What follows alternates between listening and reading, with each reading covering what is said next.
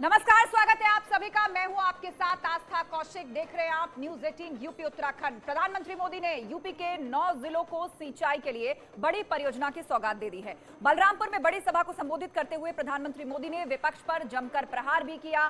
PM ने यह भी कहा कि 5 दशक की अटकी पड़ी परियोजनाओं को 5 साल में पूरा किया गया। पीएम ने विपक्ष पर सरकारी पैसों के दुरुपयोग और परियोजनाओं को अटकाने और लटकाने का आरोप लगाया। वहीं समाजवादी पार्टी के अध्यक्ष अखिलेश यादव ने ट्वीट करके कहा कि सपा ने नहर के काम को 3/4 पूरा कर दिया था, बाकी काम बीजेपी 5 साल में नहीं कर पाई। और इसी पर आज हम अपने खास मेहमानों से चर्चा करेंगे, लेकिन उससे पहले आपको ये खास रिपोर्ट दिखाते हैं।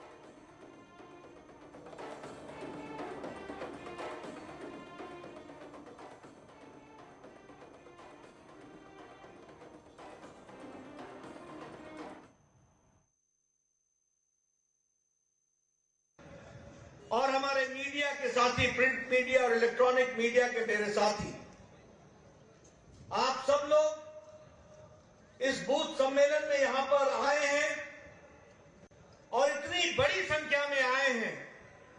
सबसे पहले तो मैं अपनी ओर से और भारतीय जनता पार्टी के सभी साथियों की तरफ से आप सबका हार्दिक अभिनंदन करता हूं, आप सबका स्वागत करता हूं। जब मैं मेरठ आया हूं और उत्तर प्रदेश में बूथ के कार्यकर्ताओं को और उनसे बातचीत करने के लिए आया हूं, तो सबसे पहले तो मैं भगवान श्री राम की भूमि और श्री कृष्ण की भूमि को नमन करता हूं, जो हम सब लोगों को प्रेरणा देती है और हमारी संस्कृति की दृष्टि से हमेशा हम सबको प्रेरणा देती है। और जब मैं मेरठ की बात करूं तो मैं नमन करता हूं मंगल पांडे, जिन्होंने स्वतंत्रता के लिए अपनी आहुति दी, अपने आप को शहादत के माध्यम से देश की रक्षा करते हुए और देश को आजादी दिलाने में उसने अपना योगदान किया। मैं धन सिंह कोतवाल जी को भी नमन करता हूं, जिन क्रांतिकारियों ने देश के आजादी के लिए अपना सर्वस्व लुटाया और देश को आजादी दी। और साथ ही साथ इस पवित्र भूमि, जिसको मां गंगा और मां जमुना का आशीर्वाद है, ऐसी भूमि को मैं नमन करता हूं। मित्रों, मैं बैठा बैठा देख रहा था इस दृश्य को। लगभग सीटें फुल। हाँ, अगर कोई इस्तीफा देकर के आएगा कहीं दिल्ली सरकार से तो विचार कर सकते हैं, उसमें क्या है। अखिलेश जी, नहीं, अगर ये बात सच कह रहे हैं तो, अगर इसमें तोड़ मरोड़ के नहीं आ रही बात तो अच्छा तब ठीक है। Of the record, on record ठीक है, लेकिन प्रेस के सामने बोलना ऑफ ऑन एक ही बात है। नहीं, वो तो फिर उन्हें दिल्ली से इस्तीफा देना पड़ेगा। नहीं, बिना दिल्ली के इस्तीफा दिए कौन किसी के साथ आ जाएगा। अखिलेश जी, आप संकल्प पत्र की बात कर रहे हैं, बीजेपी के विकास की बात कर रहे हैं, लेकिन चुनाव जिस मोड़ पे धीरे धीरे आता जा रहा है, लाल टोपी को लेके उन्होंने बड़ा सवाल खड़ा किया। प्रधानमंत्री ने बाकायदे लिखा कि ये जमीन कब्जा करने वालों की सरकार आज स्टेज, सुनिए, ये आप ध्यान से नहीं देखते। बहुत ध्यान से अगर देखोगे तो लाल रंग से मिलता जुलता काम होने लगा है स्टेज पर भी, और कपड़े भी लोग मिलता जुलता लाल से पहनने लगे। देखिए दोबारा आज टीवी पर, तो इसका मतलब लाल की तरफ जा रहे हैं सब, लाल रंग के समर्थन में जा रहे हैं सब। आज भी अगर आप ध्यान से देखोगे, क्या लाल रंग से मिलता जुलता कोई नहीं पहन के आ रहा है। तो ये संदेश है आपको कि लाल की तरफ जाइए सब लोग। अखिलेश जी,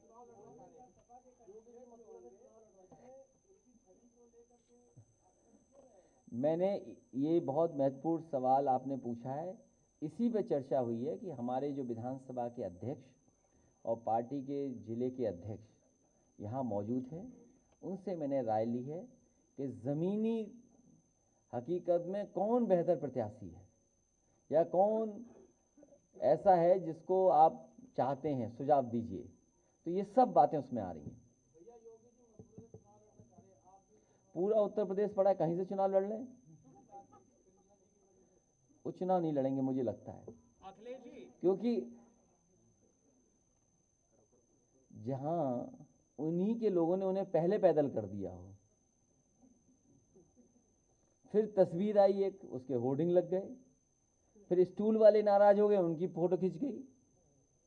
तो आप सोचिए क्या हो रहा है वहां। अपने ही लोग उसमें एक दूसरे में चल रहा है। वो तो आप लोग थोड़ी मेहरबानी किए हुए सब जानते हो आप लोग।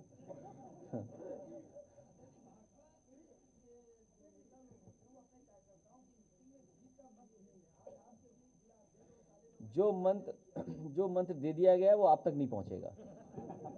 मैंने ये बता दिया कि प्रेस का कोई पूछे तो गलत बताना।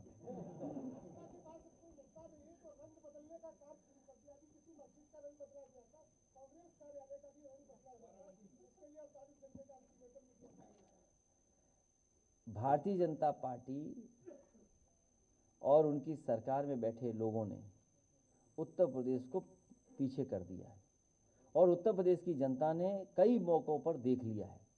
जिस समय कोविड आया, जिस समय बीमारी आई, उस समय भारतीय जनता पार्टी की सरकार ने उत्तर प्रदेश की जनता को अनाज छोड़ दिया।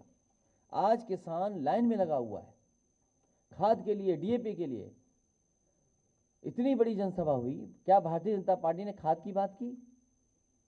जो फर्टिलाइजर प्लांट लगा है, क्या समाजवादी सरकार में 12 से 17 में जो जगदीशपुर से हल्दिया वाली पाइपलाइन थी, गैस पाइपलाइन थी, क्या उसके लिए परमिशन दी गई कि नहीं दी गई?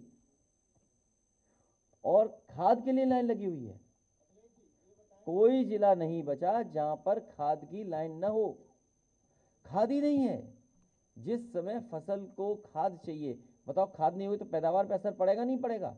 और ये जानबूझकर खाद नहीं मंगा रहे हैं, क्योंकि इन्हें पता है खाद नहीं आएगी तो पैदावार नहीं बढ़ेगी, तो विदेश से इन्हें अपने आप इंपोर्ट करना पड़ेगा। ये तैयारी में है कि दुनिया के दूसरे देशों से चीज़ों को इंपोर्ट करेंगे। आप देख लेना अगले वर्ष इंपोर्ट बढ़ जाएगा। जिस तरीके से पाम ऑयल बाहर से आ रहा है, क्या आपके बुंदेलखंड में नहीं मस्टर्ड ऑयल हो सकता? तिल हो सकती है, सरसों का तेल, सोयाबीन, ये 3 ही तेल हैं जो सबसे ज़्यादा इस्तेमाल होते हैं। क्योंकि ऑयल आपके यहाँ नहीं है वेजिटेबल ऑयल, इसलिए पाम ऑयल का इंपोर्ट कर रहे हैं आप पाम ऑयल का इंपोर्ट कर रहे हैं इसलिए कि कुछ कंपनियों को आप लाभ पहुंचाना चाहते हैं।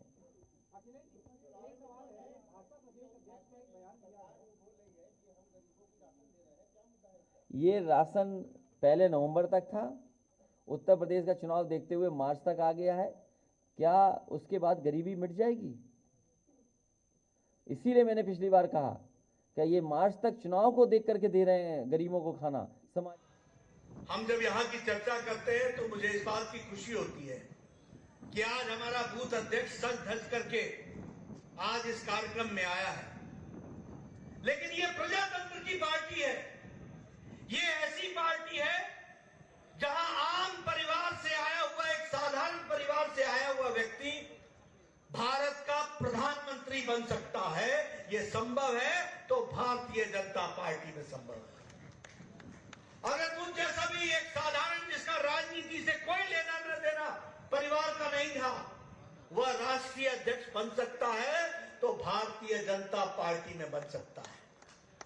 अगर दिनेश शर्मा और हमारे सांसद जिनकी श्रृंखला यहां मंच पर बैठी है, ये सब आम परिवार से आए हुए साधारण परिवार से लोग हैं, और मुझे पूरा विश्वास है कि कल आने वाले समय में मेरा सामने बैठा हुआ बूथ का कार्यकर्ता भी पार्टी को नेतृत्व देने के लिए कल वह भी वहां से उठ करके यहां आएगा। ये संभव है तो सिर्फ भारतीय जनता पार्टी में संभव। भारतीय जनता पार्टी। बाकी पार्टियों में आपको किसी न किसी के बेटा होना आवश्यक है, आपको किसी न किसी का भतीजा होना आवश्यक है, आपको किसी न किसी का चाचा होना आवश्यक है।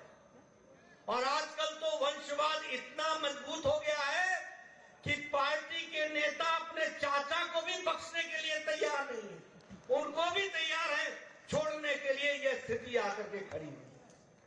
सारी पार्टियां मित्रों, ऊपर जम्मू कश्मीर से शुरू करो, नेशनल कॉन्फ्रेंस पीडीपी से हरियाणा में आओ, हरियाणा से नीचे उतर जाओ,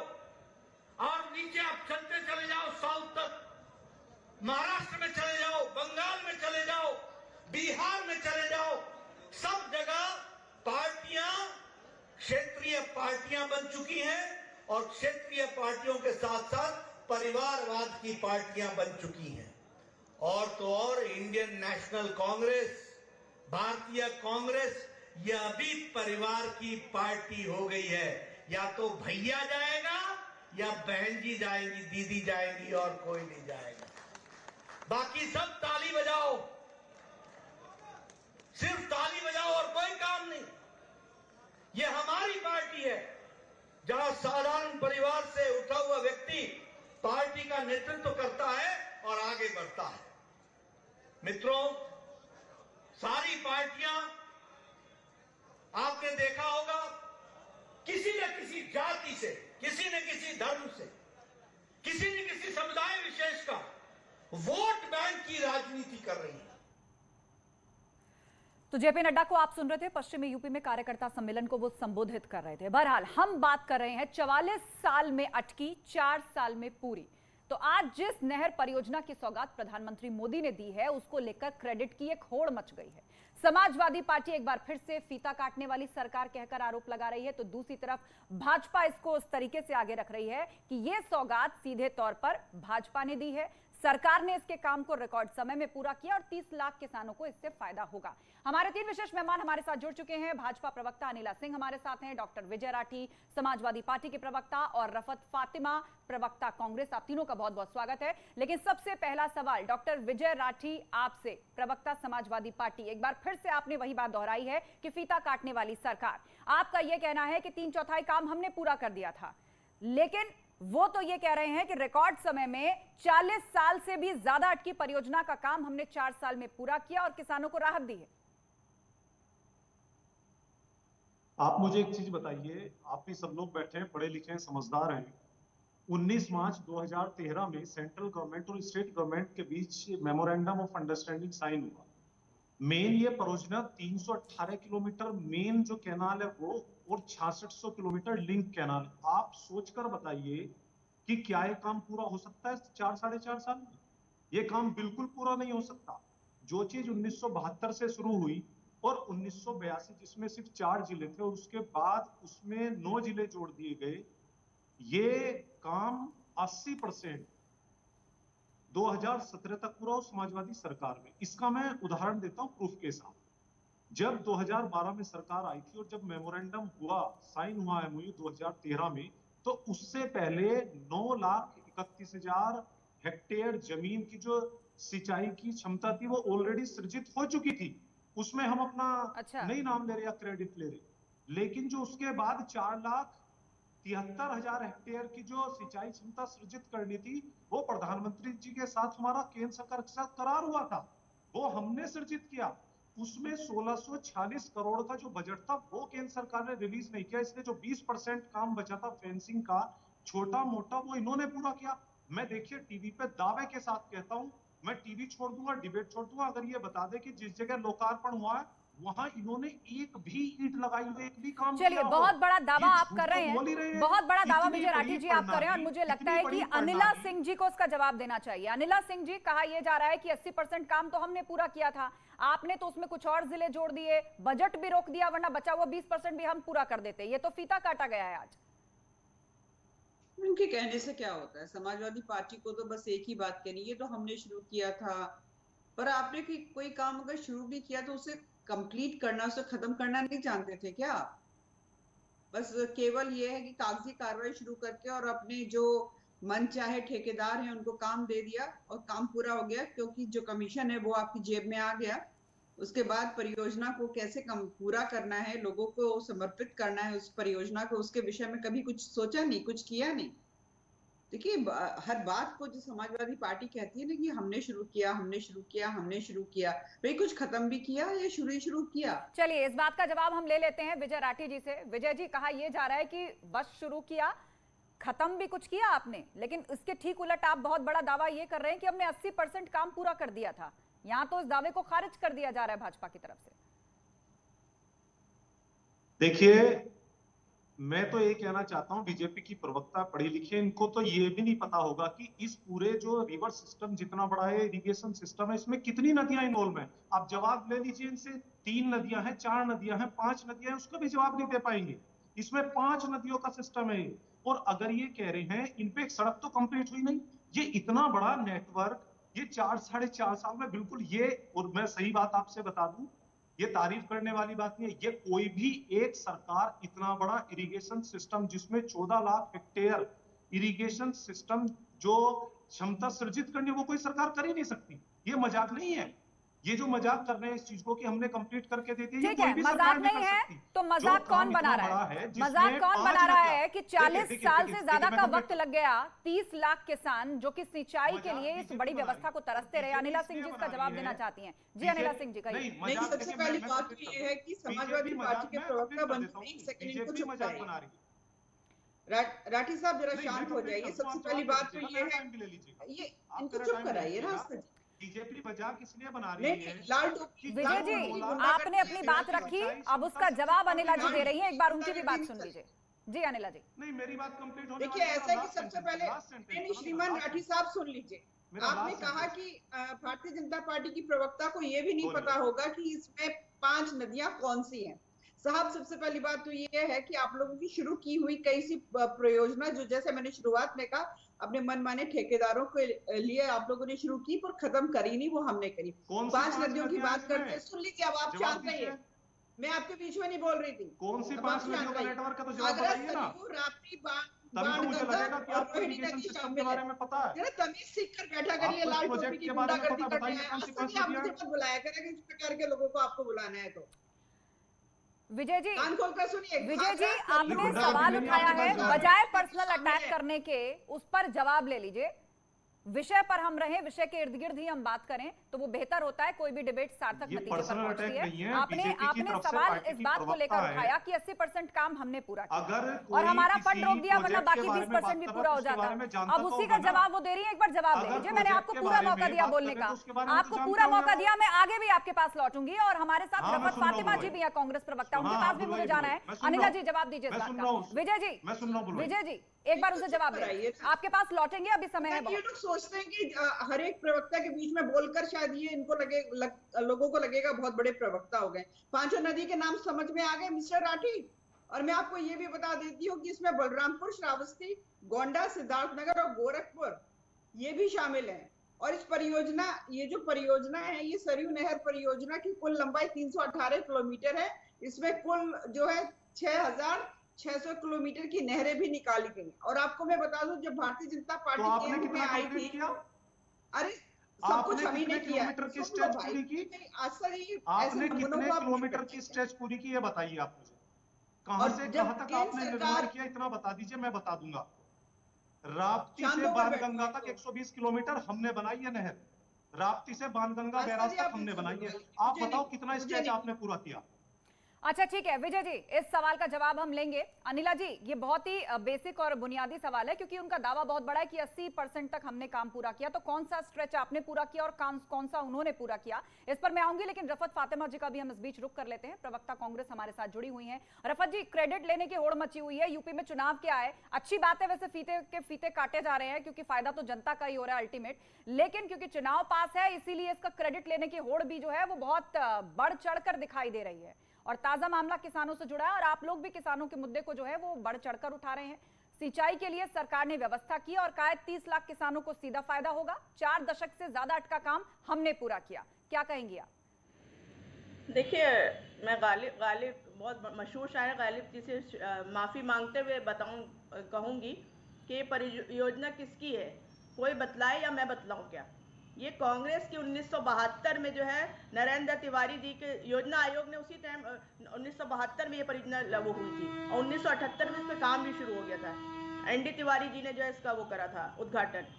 तो ये कांग्रेस का जो है किसानों के प्रति हमेशा से एक जो करुणा वाला जो उनका एक हृदय, मतलब आपने भी अपने क्रेडिट का मार्क इसमें लगा दिया कि 1978 में शुरू आपने की थी। लेकिन फातिमा जी, बड़ा सवाल तो यही है कि 4 दशक क्यों लग गए?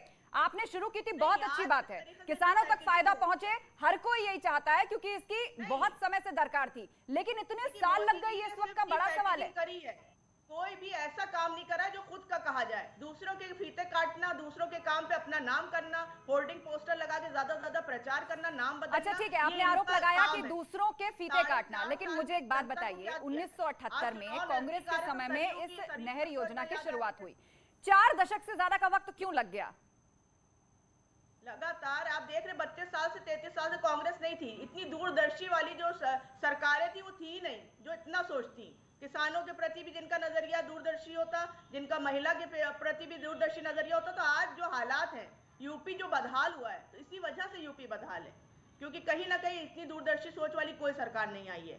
जिस तरीके से यूपी की बदहाली का जो नजरिया आप देख रहे हैं, वो यही इसी वजह ठीक है। बहुत सारे और मुद्दों का भी आप जिक्र कर रही हैं जो आम जनमानस से जुड़े हुए हैं, जनता से जुड़े हुए हैं, लेकिन बुनियादी सवाल घूम फिर के उसी के इर्द गिर्द घूम रहा है कि आखिर इतना समय लग क्यों गया? किसानों को सिंचाई की व्यवस्था, उत्तर प्रदेश के किसानों की यदि बात की जाए तो जिस बेल्ट में और जिन जिलों को 30 लाख किसानों को फायदा होने जा रहा है, वो 4 दशक से बाट जो रहे थे।